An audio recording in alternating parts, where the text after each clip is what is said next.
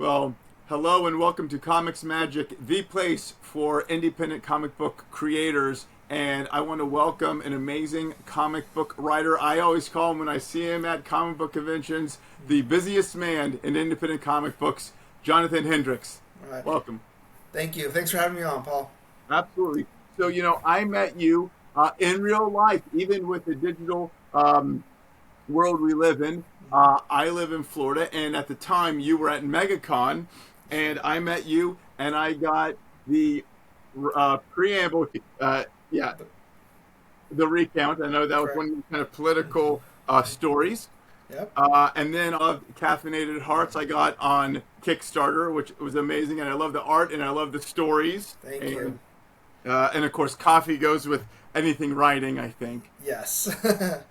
Now, this was just a random. I don't have Oh, issue yeah. one, but I found this at a comic book convention, and I said, I know this art and I know this writer. So I popped that one in my stack. Thank you.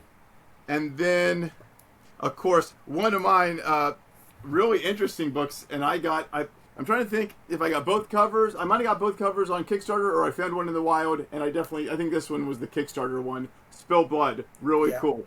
Awesome. I appreciate you picking those up. Yeah. And that is probably just the tip of the iceberg. So maybe why don't we just start a little bit about how you maybe got into comic books, just as a reader and or as a writer. So, as a reader, I got to it in a young age. I was a child of the '80s, and the spinner racks were still popular back then. Thankfully, I had got to experience spinner racks. For anyone that's watching this that doesn't know, you go to the grocery store, and they would strategically place these metal wire racks that spun, and they were filled with comic books, and they would replace them monthly. And they would put it in exactly where a child could get a hold of them.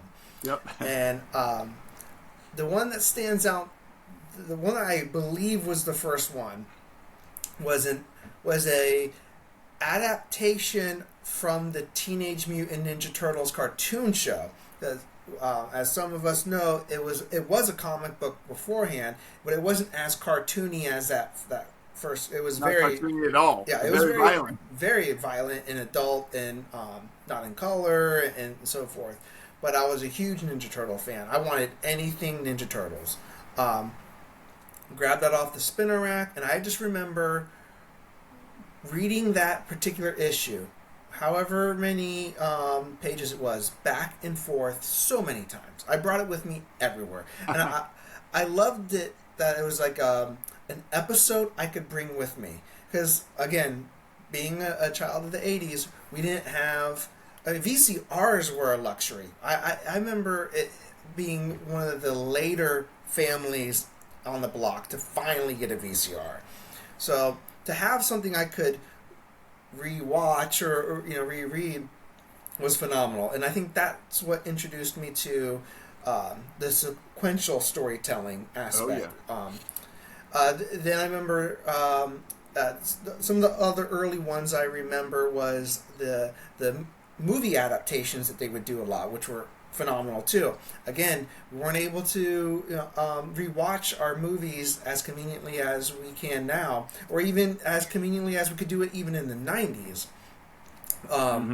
So I remember having the Tim Burton '89 Batman comic book adaptation of that one and reading that one back and forth, and even the comic book adaptation of the Ninja Turtles movie. I had that one. And that was a lot of fun. You got to relive the movie theater experience in the palm of your hand. And sometimes it had a little extra, too. I specifically remember that Ninja Turtles graphic novel adaptation of the 90s movie having like a bonus scene or something like that. And I'm like, I got insider information from this. So through being able to learn comics that way, it introduced me to the other popular titles like X-Men, Batman, Spider-Man. And another awesome thing that happened moving into the 90s was the influx of 90s cartoons that were based off of comic books. We had Batman the animated series. We had the X-Men animated series. Spider-Man had a great one, and they were adapting deep-rooted stories. I mean, the X-Men one went hard. Yeah. You know, Days of Future Past, and even the Spider-Man went hard with with Venom and Carnage, and so by going into the comic book stores and getting those in the comic book format, it built more knowledge. You know, I was able to dig deeper into the mythos of reading comics, and it just spread like a healthy virus. You know, that I just wanted more of. And my amount of reading and collecting waxed and waned for a couple of decades, but it was there was never too far of a gap really. But that's it in a nutshell. Yeah, I too was a child of the '80s, and I remember the spinner racks and gas stations, convenience stores, grocery stores. Mom was shopping, and that's where you hang out. And maybe you get to take one home. Yeah, so cool. And then, just curious, when did you know you were going to be a writer? When did you know you were going to be a comic book author? When did you go to university, or did you specialize in that early on? Just I'm curious there. Well, throughout grade school, I leaned towards writing and English and reading subjects, but I never really did anything with it. I never thought it was anything that I could make a career out of. I never saw it as glamorous. I mean, when you're a teenager, you don't have posters on your wall of authors. Maybe Stephen King. But it was. I was hoping that I could be a rock star or a surfer or something like that. In my wildest dreams, I wasn't even thinking comic books at all, or even any type of even prose writing. It didn't go through my head like that. When I went to university, it was all healthcare related. I'm a licensed radiologic technologist since 2006. That's what I did when I was in the Army, and I've done other things adjacent to that in the healthcare field. Yeah, I forgot that we have roots in the healthcare field. I forgot about that. Very cool. And with the military, because part of the recording while a bootstrap is live on Kickstarter, which is my book on teaching people how to make their first comic book for someone who might not know. And I kind of did amateur film growing up too, so I come from a film and comic book background.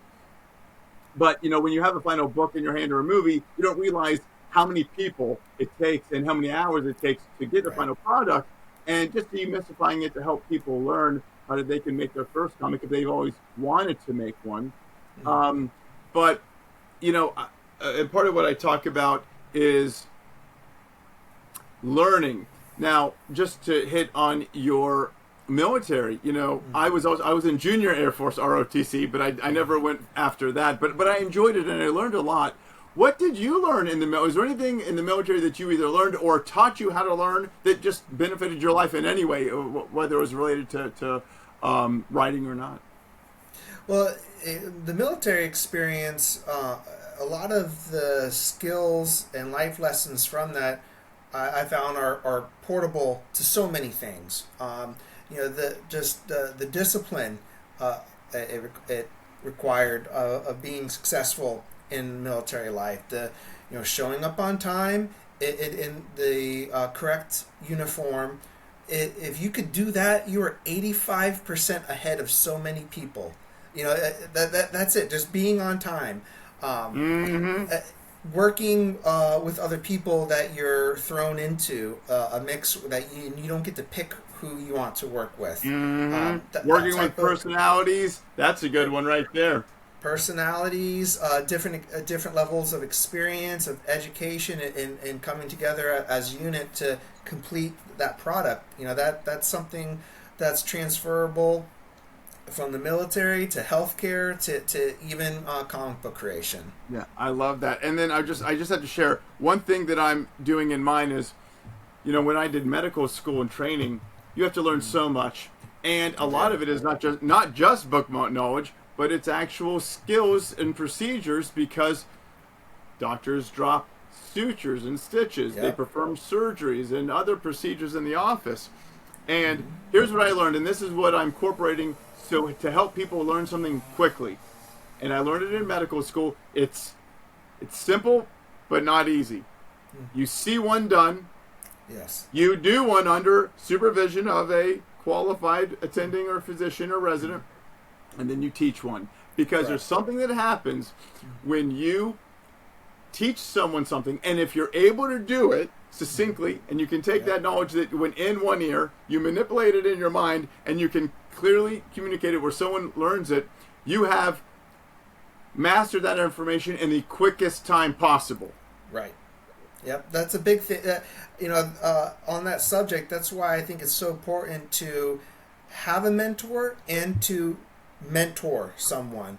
Yes. Both sides of that coin. So you're learning something from someone that maybe is at a point where you want to be, and at the same time you're passing that knowledge down to someone else, and that's just the stream of life. I love that. And mentoring is absolutely something I do as a physician, as a resident. When I did in medical school, I have mentors as well today and in the past, and in addition to the mentoring, which is very powerful, thank you for bringing that up. I haven't highlighted that, although it's been a thought in this campaign.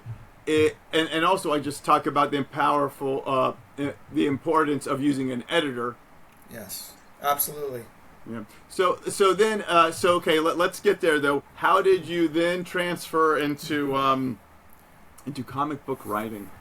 So I never had any real universities training or education in writing, but like I mentioned, in grade school I accidentally excelled in that that area, and I was always writing for fun. Never thought I would share it. Short stories, poetry, things like that. But it wasn't until about 2018 when I had a short story I had written 10 years before that I thought, wouldn't this be fun if I just took this one story and learned how to write in a comic book script. So I already had the story plotted from beginning to end. It had all the meat and potatoes in between. And I went online and I checked out books from the library just to find out what the format was. Just how when I looked at the examples and I saw, this is written a lot like the plays that I'd have to read. And I did theater in high school as well. So I was like, that's something I can connect to. And then I kind of stumbled through the process that way. And once I had that script, I was like, well, now what do I do with it? So then I reached out, got some advice on how to hire an artist. That artist, thankfully, was very helpful in with the other streamline process of getting a colorist, getting a letterer, and then I had all these files. Someone else how I can get it printed, and then one day I had that finished product in hand, and I knew I could do it. Yeah, I love that story. Thank you so much for sharing. Yeah. I'd like to hit on just a few things that I think are so important. Was one, you did this as a young child because you loved it and thought it was fun. That's so important because, first of all, we should all engage in passions that we love. And that's one thing I highlight. It could be, like with Bootstrapped, it could be writing a comic book. It could be writing a movie script. It could be drawing. It could be whatever that is. It could be playing a musical instrument. And just, obviously, with the more you practice, the better you are. And then it could become something that you could make a lifestyle, a career out of. But, and I say, if someone's struggling with either what they want to do or the story, go back to something you enjoyed as a child when it was hopefully pure bliss, when you didn't have when you don't have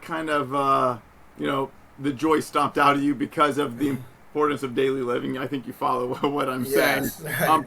And the second part of having something fun is that with anything in life that's creative, it's not easy. So I think you need something fun that you're passionate about to help you say, oh, here's an obstacle. Because if it's not fun, you're going to say, I'm not going to do that if it's that much hard work. Right. But if it's something you love and enjoy, you will find a way to figure it out. Exactly. Yeah. When those labor of loves, are those hidden joys in life. Yeah. And then I didn't realize, because again, and it's been so long since I saw you in person during a convention, but you are a true DIY, do-it-yourself comic book writer, because I forgot that you had the script. It's very similar to what I did with the Red Ram. It was just before COVID. It was the fall of 2019. And I said, because I had just written Recovery Revolution, I had just made the Comic Book Collector movie, which is on Amazon. And then I said, is it time to write a comic book? And I said, well, what would it be? And I don't know anything about team books and how you write multiple characters and story. Yeah. I mean, I knew the basics story, like you said, that you got introduced to in theater as well. Right. But, I didn't know where to begin. And then it struck me. I did want to do something with mental health and maybe a post-traumatic stress syndrome. Then I thought about one of my favorite characters, Batman, who deals with some trauma. So actually, I wrote a script for a Batman-like vigilante, ultimately replaced that character with the Red Ram and made him very unique with his own story and now, his own... he is fully real and realized, but it started that way, and it started more as I was writing like a movie script because that's what I've written in the past, and then I transcribed it into a comic book script, Right. and then like you, thankfully, I was able to work with an editor who helped me work with my artists, and I learned on the going through the process of then creating the comic book. So very interesting parallels. Yeah. Very cool. Thanks for sharing. Now I think it's just interesting to find out, I mean, how did you go from that first book to, I mean, you've worked with so many comic books. Now, I do believe that you have kickstarted yourself a few of your books, correct? I've done 15 Kickstarter campaigns, so yeah. So you kickstart, but that doesn't, again, your books can live on. So we have the Recount through Scout Comics. Correct. We had Spillblood, which of course I got the Kickstarted versions, but that ended up going through publication with which company? Keen Spot. Keen Spot, I've heard of them.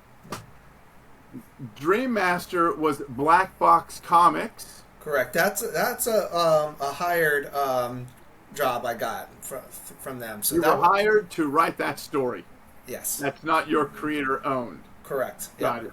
And then, of course, and again, I'm just going with the books I have. And then we have Caffeinated Hearts, which I also think you published this one. Was that through? Source Point Press. Yep. Source Point. So again, I mean, wow. Each one that I happen to own happened to be a different publisher. Right. Tell us just, what have you learned? What could you tell an aspiring comic author or comic artist who wants to, make their first comic book? And just a little bit, though, about what it's like working with some of these publishers, because I've never had that experience, and you lived it. Yeah, I mean, I've had the highs and lows of publishing experience, and keep in mind these are all small press publishers that are, most of the people running these companies are doing it as their on their off time. It's not their full-time job. So. There's bumps in the road. There's communication breakdowns. There's unfortunate financial issues. Yep, for certain. So my experience with them is, if I could tell my past self, is publishing isn't as glamorous as it really is made out to be. It certainly gives you the opportunity to be in more stores, to get more eyes on your work. But keep in mind how niche the comic book industry is. It does not work in a very As an MBA major, I see a lot of the business aspects of a lot of things, and it does not work as a successful business model. If know this, that no other industry operates like the comic book industry, and there's a reason why. If it was a sound proven method to release hundreds of new product every week, then other businesses would be doing it, but they don't. Wow. So that being said, it's not as much of a money maker as you might think it is, and because most of my published work was crowdfunded and self-published first, I can tell you I've got more joy out of self-publishing than I have publishing. Wow. Having that full control, doing whatever you want with your product, no silent masters that you have to ask permission for to do this or that. The freedom that's involved with self-publishing is so unique, and you're not going to get that in publishing right away. You're going to have until you make a Something is Killing the Children or a Walking Dead. You're really gonna set manage your expectations, because you can have a lot of fun just self-publishing. Yeah. I like to call it the double dip: self-publish first, then bring it to the direct market. Yeah, I think that's important, just because we're for pop culture, we see the big two, and of course the Images of the world out there, and a few others that can make it and cross over into films, movies, pop culture, and just realizing that, especially when you're starting out, comics are not a moneymaker. You do it for the joy, you do it for the love of the craft, and I do it because I love it. You did it because you love it, and because you love it and you're good at it, you've had an ongoing career, and it just feels like you're always working on something really interesting, and you get to collaborate with the different publishers, and you get that experience. But like you said, I like two other important topics. One is, if you're starting out, and even an independent publisher has day jobs, I think it's if you're doing this again and you want to make your first comic, you're doing this in addition to schooling, in addition to work. You do it on your free time because you love it. So know that, and yeah, it's not just because of you. You might think and believe me, you might think you're writing the best, or your art is the best, but until you can get it in the eyes of millions of people, it's not gonna sell. Just because you make it doesn't mean that they will come. Right. And the second thing is double dipping is very important, because what I think you're saying is you kickstart the book first, so even if you don't recoup all of your investment, you're recouping maybe at least enough so you can keep going to make the next project, and then while you're working on the next project, you might go to a comic book convention or send a submission with a final published independent Kickstarted book and say, hey, what do you think of this? And if it resonates with someone, they might say, wow, this is something we could publish. Did I capture that correctly when you said double dipping? Correct. It works as proof of concept. You can get from A to Z, and you can put it in someone's hand and they can see it. You're telling someone, and they know that you can finish a book. That's the thing. Yeah. That's what I'm getting to is they know that you aren't just giving them a fancy cover and 6 front pages, or you're really good at pitches but not realizing the full idea. A lot of people are idea guys, and then there's the people that go beyond the idea guys, and some people can come up with a lot of clever titles, but they can't come up with a clever ending. And I love that. Okay. Now, I'm an idea guy that, thankfully, is able to finish some books. Yes, so I have my own creative process. I'm curious, what is yours? How do you come up with these ideas? Do you have a process, or is it just divine intervention? I would say divine intervention. It's random. I'm not sure how they come to me, but usually it comes to me in a what if scenario, like the recount, for example. My what if scenario for the recount was, what if we were held responsible for who we voted for? Mm-hmm. What would that look like? How would that change the way you voted? Would that change the way you advertise who you voted for? Would it change how much you research you do? Mm-hmm. Would you just vote based off of a clever meme? Would you wear a hat advertising? Would you put a sign out in your front yard, knowing your kids and your family are in the house behind it, and you're advertising who you voted for? And of course that idea went very,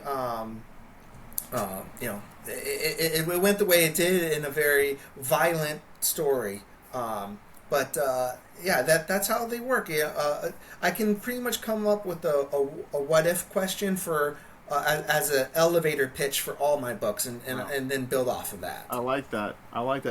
What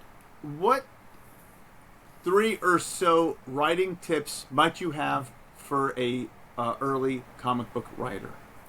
I would say write every day, and the adjacent to that, the second one would be aim for 1 page. If comic books is your medium, aim for 1 page a day, because if you can manage 1 page a day, that in most calendar months is 30 to 31 days. That gives you a 30 to 31 page comic book. But life's going to happen, so you can if your goal is 1 page a day and you get lifed throughout that month, that 7 odd days isn't going to stop you from still making a 24 page comic book. So if you write every day, and aim for 1 page a day, that's my goal. Sometimes I have to tell myself, stop, Jonathan, just do this 1 page, because if I might overdo it, and then I'll look back and I'm like, that's all garbage and I wasted time.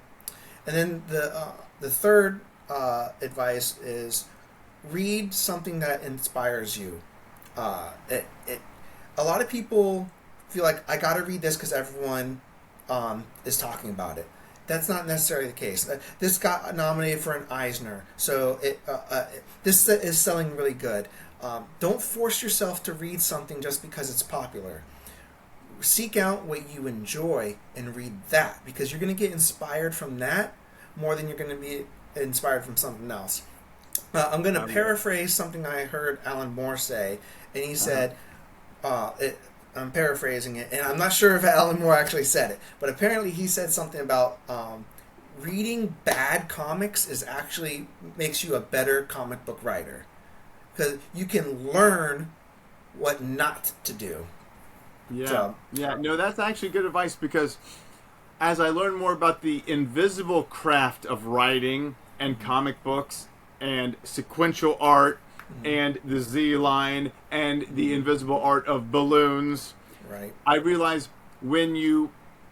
if something is jarring to the natural flow of the eye, whether it's dialogue, art, difficult to read panels, sequence of panels, what's happening is it's taking you out of the magic of the story and into, wait a second, what's going on? Is it this panel or this panel, or which balloon is the first?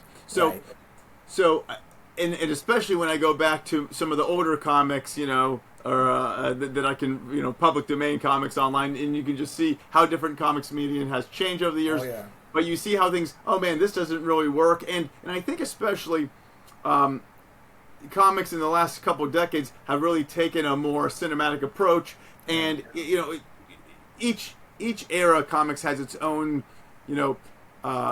primary storytelling mode, a very common one, and it's just funny to see the differences, see what works, see what doesn't work, and I love that that concept. Read some bad ones as long as you know what a good one is too. Yes. Now I love to go on to Kickstarting. Oh, So I mean, you as you said, I found some of your Kickstarters, and here's just something very unique. You had some tape or stickers made up with your comic label on there. yeah. Very unique, something that'll stand out. So, Right. in addition, I want people to check out Jonathan Hendrick's Substack, because not only do you give some of your stories away for free, you share some of your tips and tricks in Kickstarter. One that you released several months ago, I really enjoyed though, because you talked about some tips and tricks for fulfilling Kickstarters. So Right. I guess my next question would just be, and again, it could be anything, but what might be your top 3 or 4 tips for Kickstarting specifically? Yeah, if you're going to fulfill for yourself, if you're handling fulfillment, you're packaging up yourself, make sure that you anticipate what you're going to have to ship.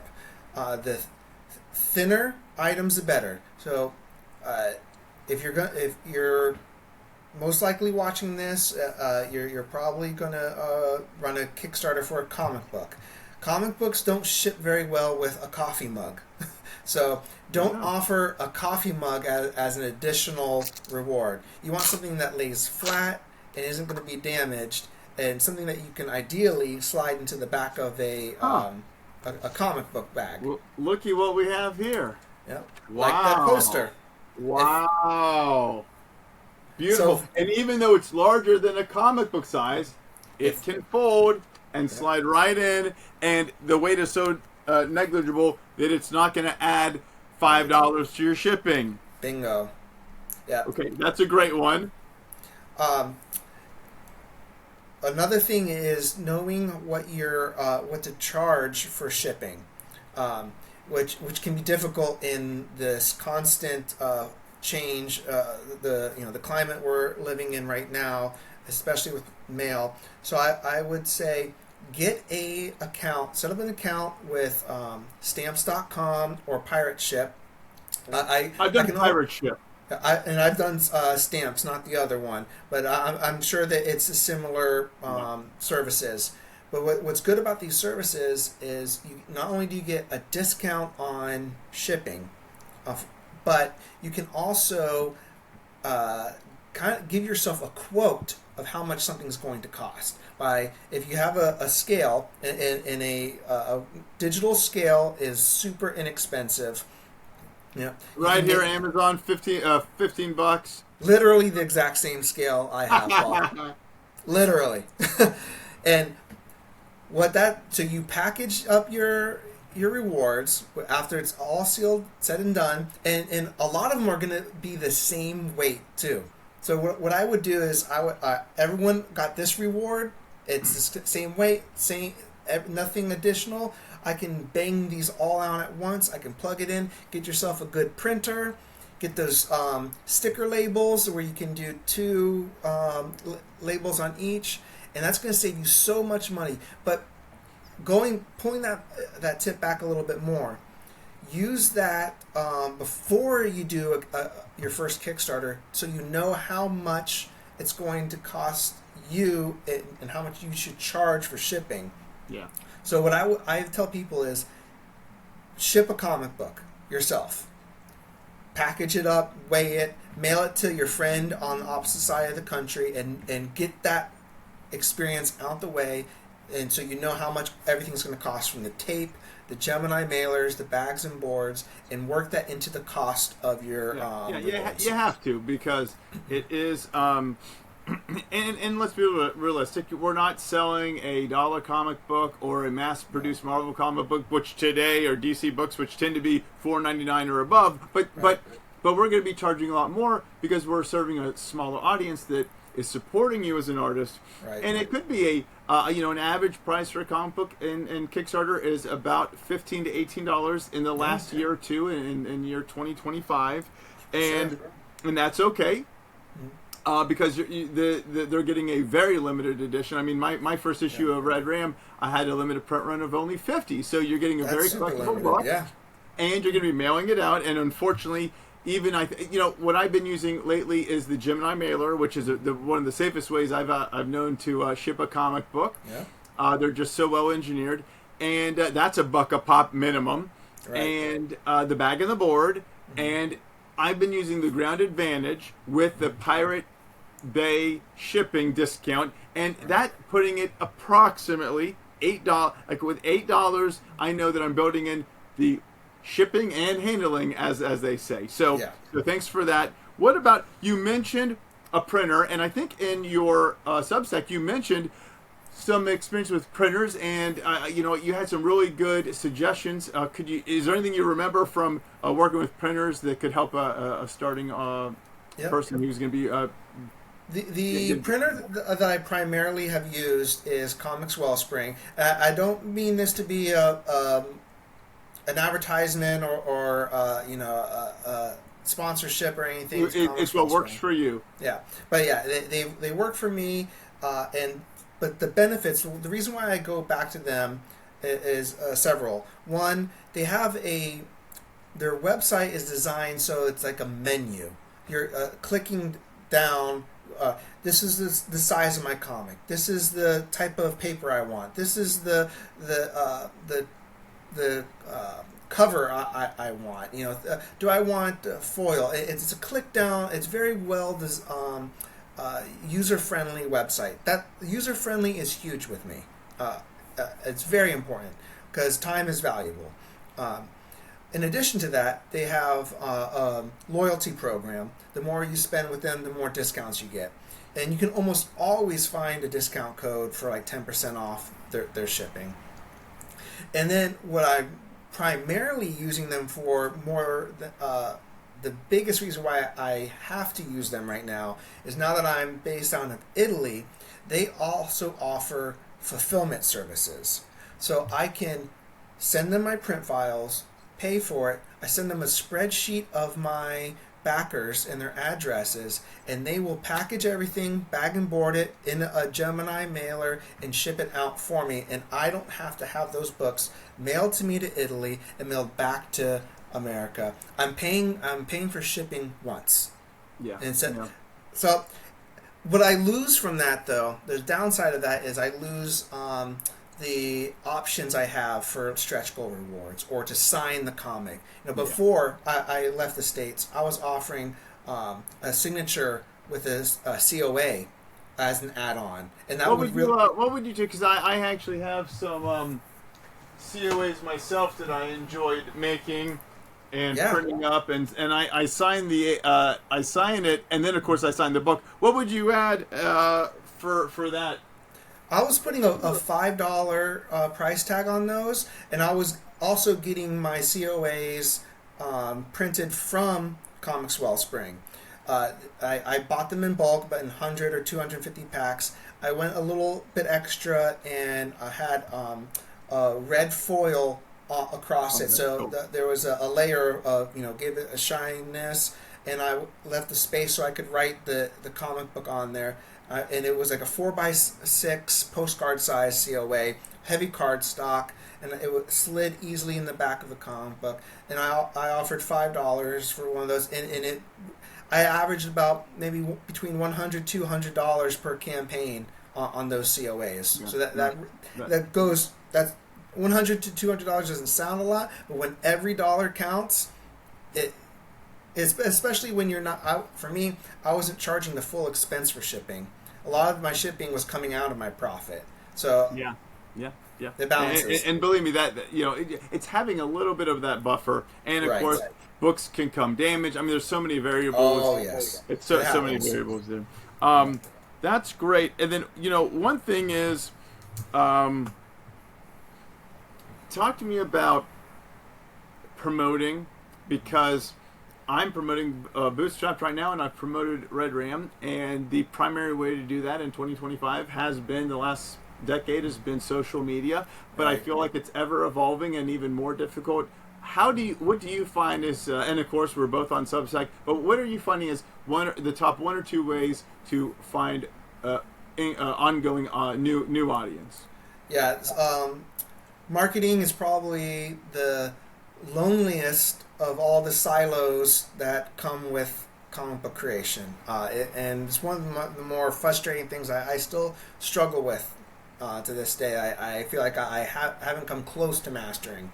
But things that I try to do when it comes to social media is I try to only, when I'm promoting my comics, is to make it an actionable post.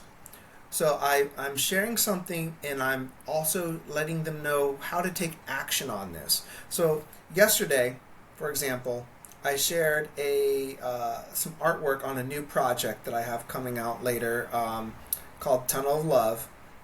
I don't have the Kickstarter page built yet, but what I asked people to do is just follow me on Kickstarter, because that works the same way as if they followed the pre-launch page. If you're following me on Kickstarter, Kickstarter will still alert you when I have a campaign live, no matter what it is. And it's even better because it'll be every campaign, not just follow this newest one. Correct. And then you drop off. Really good. I like that.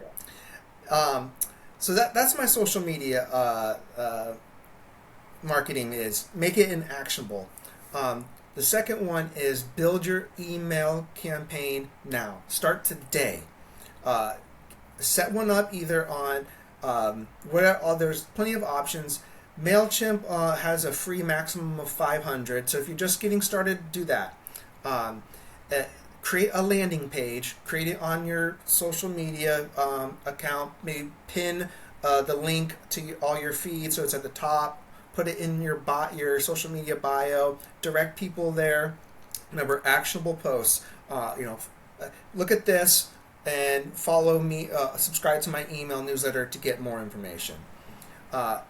You'll find out how quickly that will build. And email right now, I'm seeing the more actions from my email than anything else. Yeah.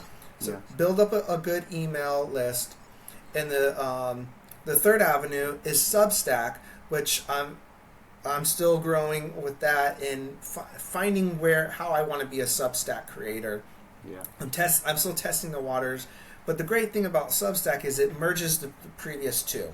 Yes. And by the way, again, this is not me promoting Substack. I know people have their bugaboos about Substack too. There's other similar platforms. Substack is a email subscription service with a social media component.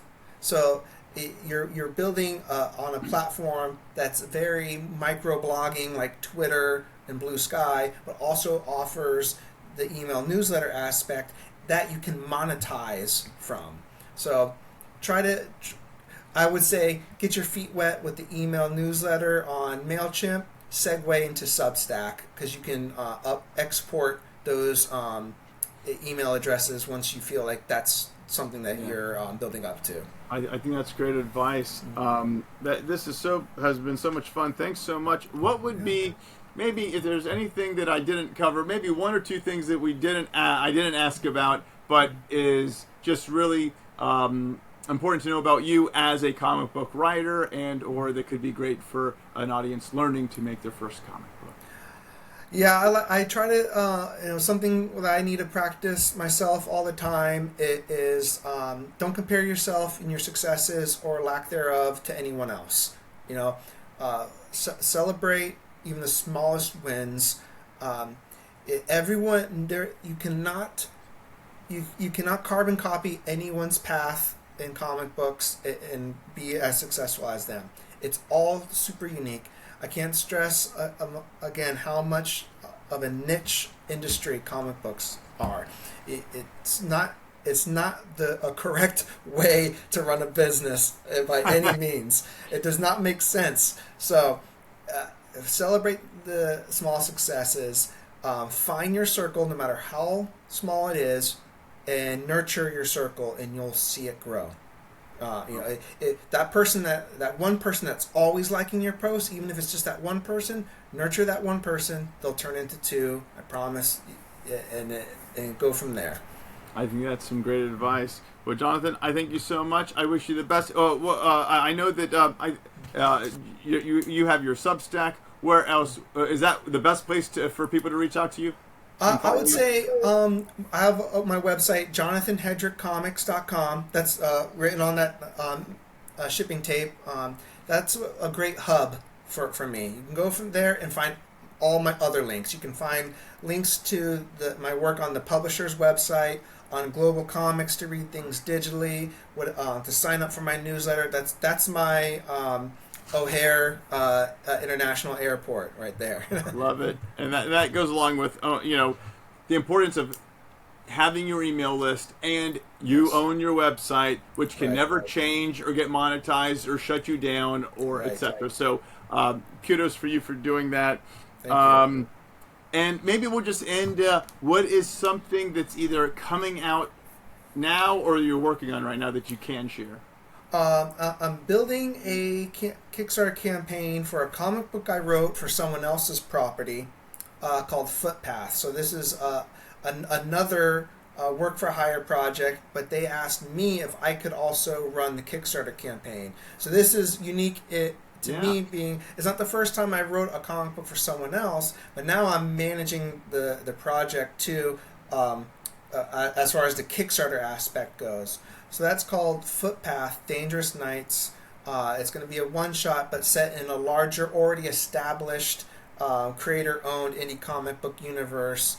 And hopefully that should launch in September. It's going to be a lot of fun for fans of G.I. Joe, Agents of S.H.I.E.L.D., Birds of Prey, lot espionage, type of government military operation style combat fighting comic book, straight out of the '90s first year Image. I think people are really gonna dig it. Oh boy. One, it sounds fun, and two, I wish you the best success as you're expanding and doing something you've never done before. It's always about learning, doing something a little differently, and I wish you the greatest success on that. Thank you, Paul.